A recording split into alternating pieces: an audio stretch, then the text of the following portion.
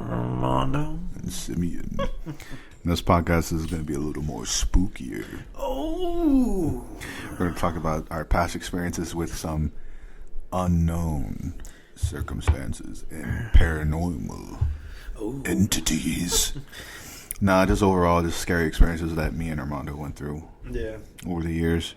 Some together, just some separate too. Yeah, some of the separate ones were more creepier. Yeah, I know. If you've been watching this, make sure share the video, like the video, subscribe. Yes, tell your friends to subscribe. Tell your mother to subscribe. Tell your grandma to subscribe. No, she won't accept that. We have a foul mouth. But anyways, we've been through a lot. Especially when I used to actively go ghost hunting with Whole Fat Bastard, Danny, Baker's brother. I brought your stupid ass into the mix one time. That fucking ended horribly. Lex Luthor, Chris Rogers was there. We're not going to discuss that one because we've talked about it way too much. We're going to talk about other ones. Okay. One about my house has been a hot spot for very creepy shit. And don't tell. Well, let me see. I do remember when I was younger. This was probably when I was 16, 17, probably around that age. Around that age. And I was sleeping, and I sure as hell know this ain't no sleep paralysis shit because I was moving and I was like awake. So, it was around 2 to 3 in the morning. Yeah. And I was like, okay, I couldn't sleep. And then all of a sudden I just felt this overwhelming sense of dread in the room. Like it filled the fucking room with like this evil like feeling. It's like, like, I don't know what it's like. If I could like describe it, it's like that animal instinct that we get. That primal feeling that we get. Yeah. That's what I was feeling, but I was just feeling pure evil. And it felt like a demon was in my room. And it scared the shit out of me. Like, I was sweating. Yeah. And I had my back turned. And I was looking at the wall because I didn't want to move. And I couldn't, I was obviously moving. But if I knew if I turned around, I knew I would have fucking saw some shit. Because it felt like it was just over my goddamn shoulder. It felt like it wanted you to know that it was there and turn around. Yeah, it wanted me to fucking look at it. And I sure as hell, because I do have lucid dreaming and I do sleep paralysis. Like, I've never had a sleep paralysis, but I do lucid dream and I knew I was awake. Yeah. And because it wasn't no dream, because everything was, in place and everything, and my eyes were open, I was moving, I wasn't hold down or anything. Like, I felt like I didn't feel heavy. I knew I was awake. So I don't know what the hell it was, but all I did was pray for about 10 minutes straight. Like, I was just praying, please get this goddamn thing away from me. And after a while, it disappeared. And when I turned around, finally, there was nothing there. Like, it just, like, the room finally lit up. And from that moment on, I knew something was in that house. Because that thing just felt so goddamn evil. Like, it didn't feel like, obviously no ghost or anything, but it felt like a pure demon. Like, it felt horrible. Like, just the amount of, like, fear that you feel wasn't led on by someone, but by something. That's what it felt like. And I was just like, after that, I never experienced it. But I did start seeing shadows and, like, little hints of everything there. Yeah. I've had my own experiences. Like, I'll never forget. This is separate times than that one time I took you. So I used to hang out. If you've been watching the channel, you know about these two scumbag bastards I'm about to bring up.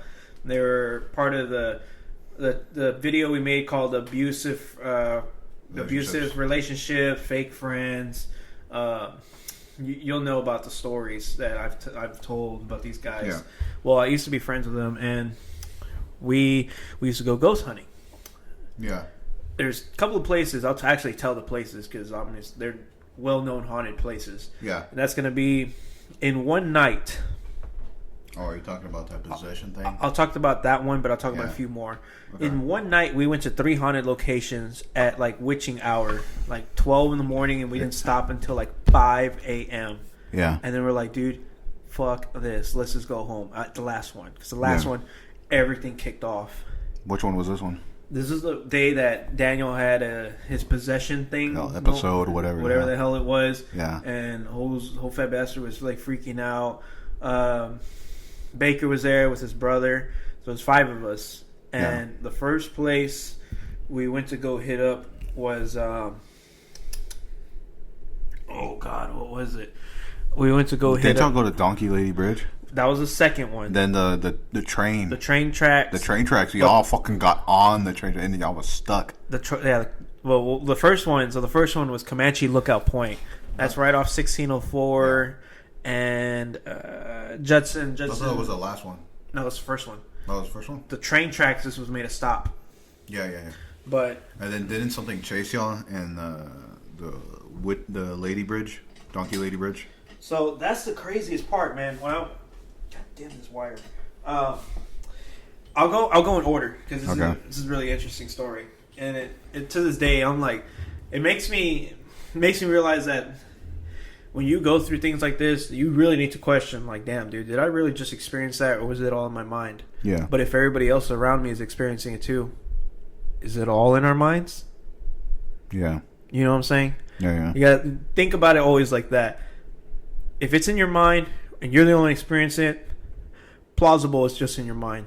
Yeah. But when you're in a group full of other jackasses like you, and something blows up, like something happens, like something happens, like how the way the caliber it happened to us. Yeah. You really need to question, like, damn, was that really legit thing, or was this 3 experiences all happening on the same night? Yeah, or is this all everybody just all of a sudden just had this imagined up in our heads at the same time, which I find improbable. So, yeah.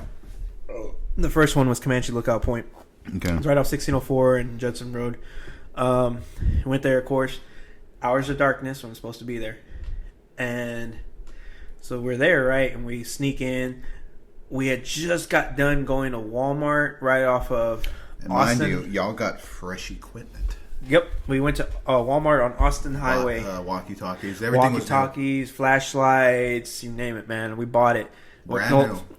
Daniel bought it. Yeah. And we got everything right, and we test them out, got fresh batteries, flashlights, walkie-talkies, loading them up, testing them out before we went.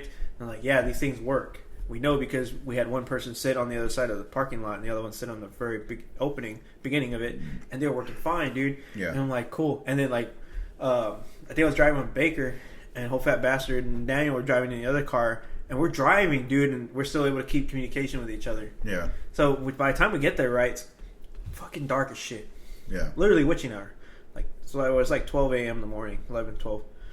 Yeah, 12 in the morning. Yeah. And we sneak in because it's a park that's closed. Yeah. And we go in. We go immediately to where if you've been to Comanche Lookout Point, you'll know there's a tower at the top. And that's why they call it Lookout Point. Well, we started off there, and Whole Fat Bastard went with his husband Daniel. Yeah. And Baker's brother decided to go by himself because he thought he was fucking the fucking.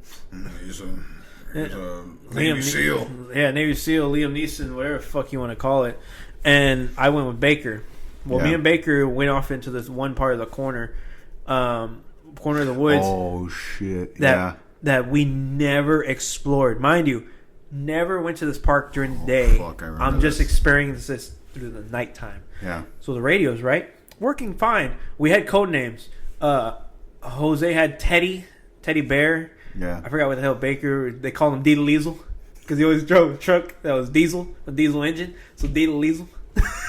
And Baker, I can't even remember Baker's brother, but I called them everything but their code names. I called Jose Fat Ass 1.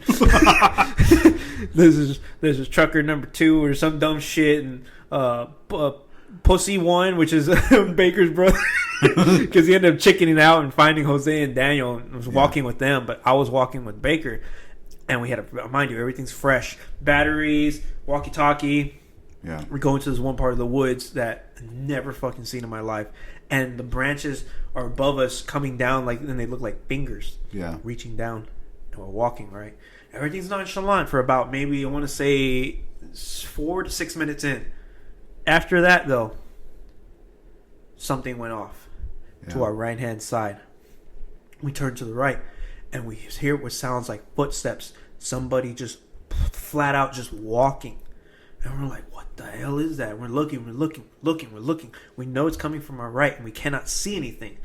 And it's dark as shit. And it's darker because the path that we went into is like straight into the woods. And I'm telling you, the branches above are blocking the light from the moon. Yeah. And so it's just straight up flashlight, man. It is straight up just a flashlight. Position. Yeah. Not only that, but like you're going straight into the wood area. Yeah. This isn't like a normal trail anymore. So I'm like, oh, fucking shit, dude. And I'm like, that's when I'm like, I start to panic. I'm like, dude, it might be the cops or somebody's like fucking with us. If it's somebody, we need more people. So I try getting hold of Jose, Fat Bastard. I call him. I still fuck up his name just because out of spite, like a fat bastard. And then call our code name.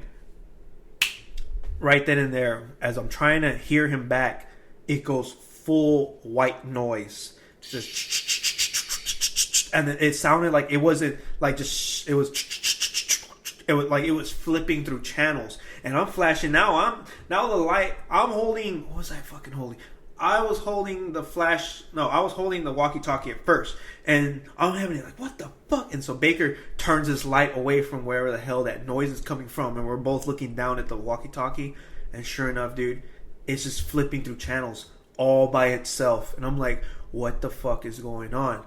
So, but we could hear what sounded like Jose trying to talk back to us. Yeah. And obviously, like, he's not receiving a message from us because we're clicking it and it's like, doo, like, you know, like you're interrupting somebody messaging you. Yeah.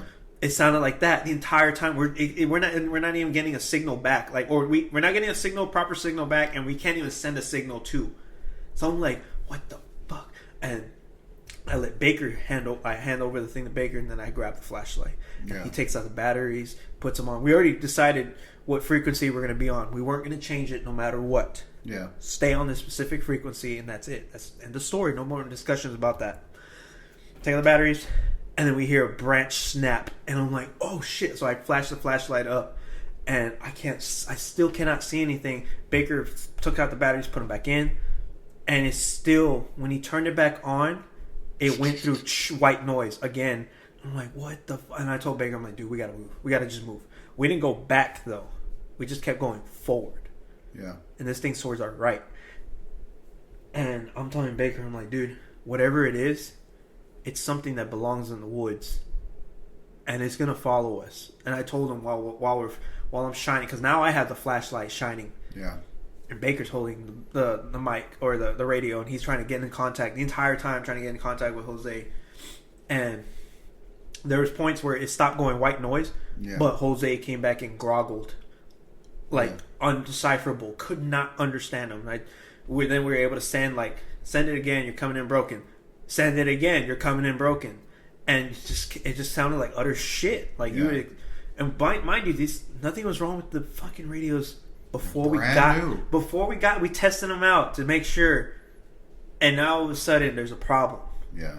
Well, I hear what sounded like running towards our right, and I flashed the flashlight towards the right again. This time, the flashlight dimmed, noticeably dimmed, very low, and I'm like, oh I fucking slapped it so hard to make sure the batteries were in there were making contact because they were like the big D batteries. Yeah. I'm like, what the fuck? And it came back like full brightness. And I'm like, holy shit, dude. And me and Baker are like, dude, we gotta move. We gotta move faster. So at this point, we're jogging. And then out of nowhere, I swear to God, right before we took a hard left turn, we heard what sounded like... Did you hear voices? I did hear voices eventually. Yeah. But what scared the shit out of me the most, honestly, was hearing what sounded like a swing set. Yeah. Here's the problem. There ain't no fucking swing sets this there. Park. I know what you're talking about. It's specifically all trail. Yeah. There is no fucking swing set at all at this park. And we dropped down to our stomachs. and turned off the light.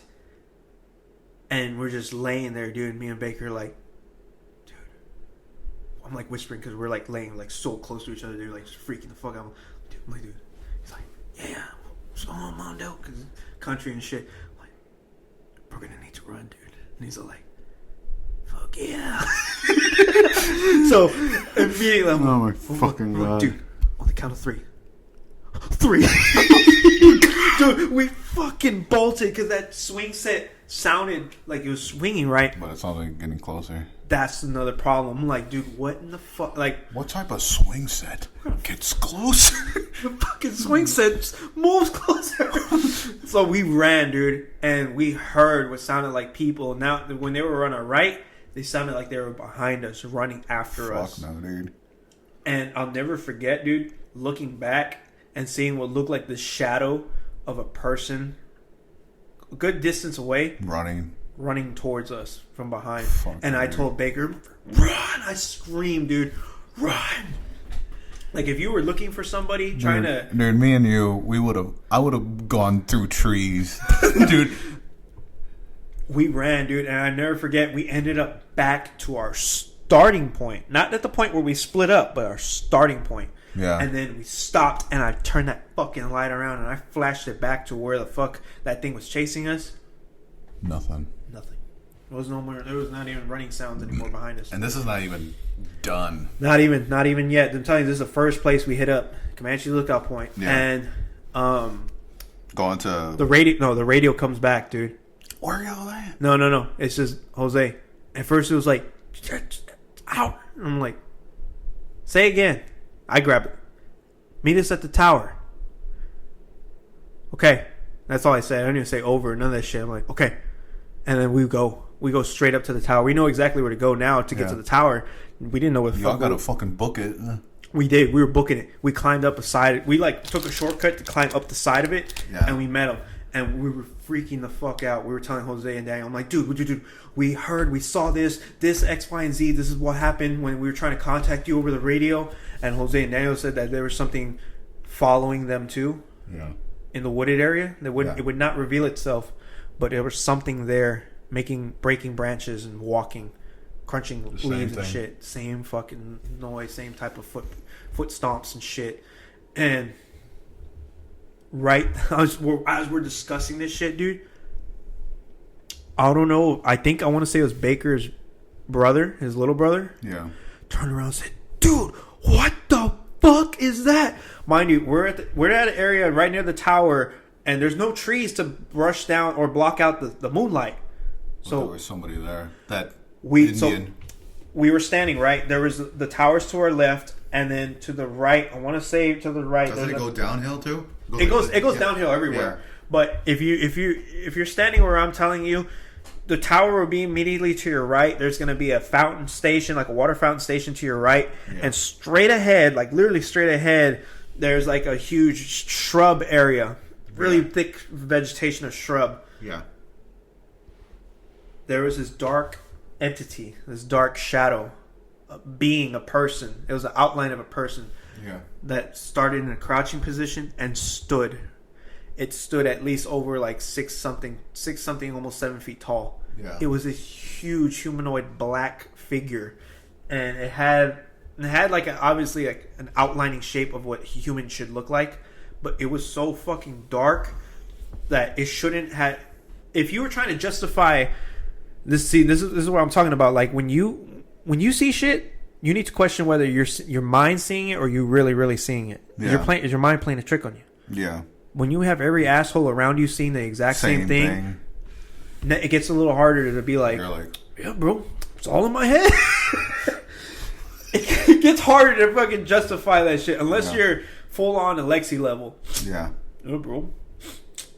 Just gotta admit your feelings. But this thing was pitch black, blacker than black, like Vanta black. Yeah. And it was so dark. At first I thought it was a shrub. Then it rose, and I'm like thinking, I'm looking around. I'm looking at it, but I'm looking around it, and I'm like, there's nothing fucking causing this shadow. Yeah. With the moonlight hitting, the shadows were actually facing towards us. Yeah. And this thing is coming just straight up, like a person there. And I'm like, what the fuck is going on?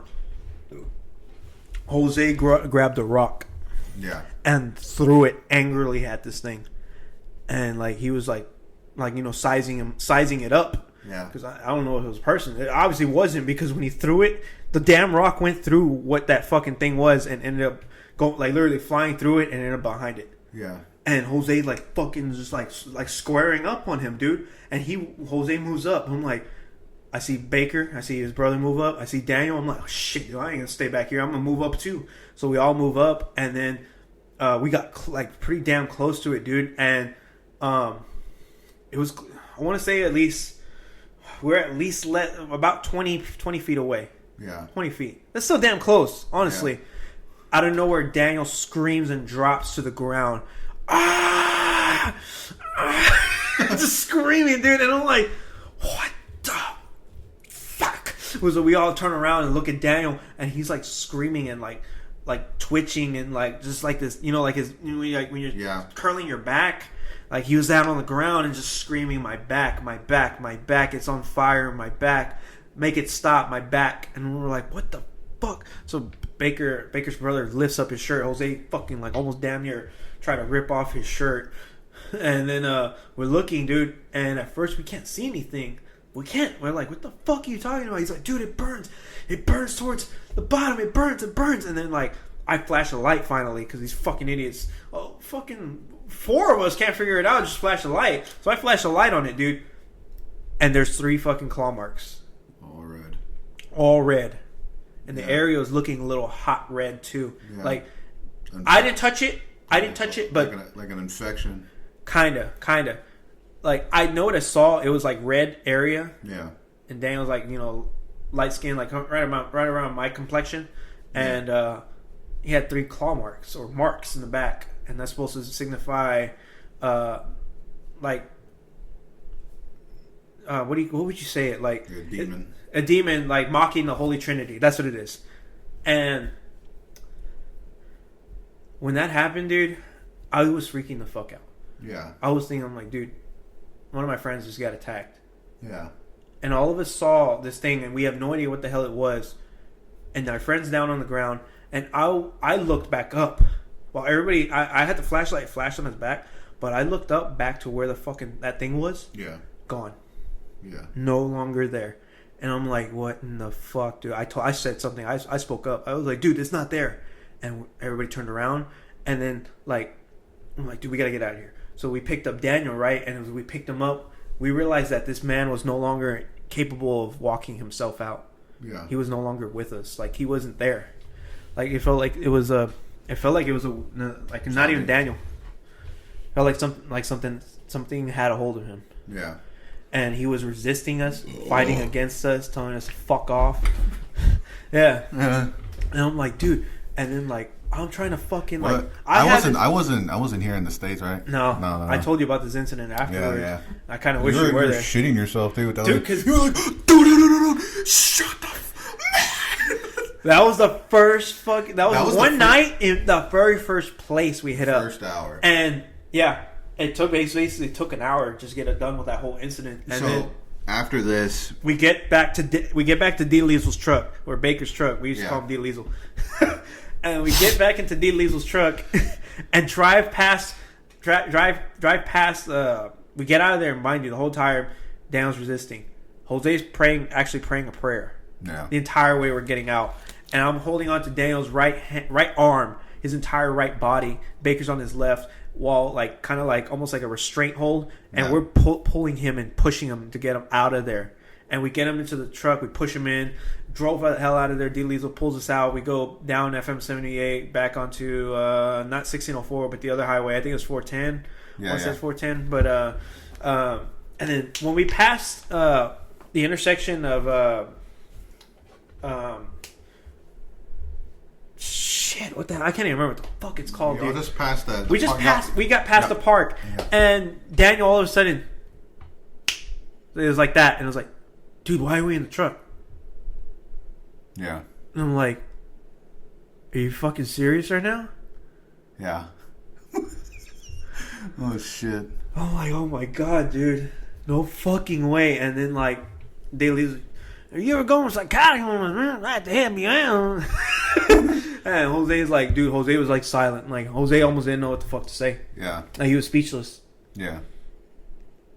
That was the very first place. There's 2 more places after that. Honestly, those 2 places deserve their own fucking podcast, dude. They're like, let's make this part 3. Yeah. 1, 2, 3.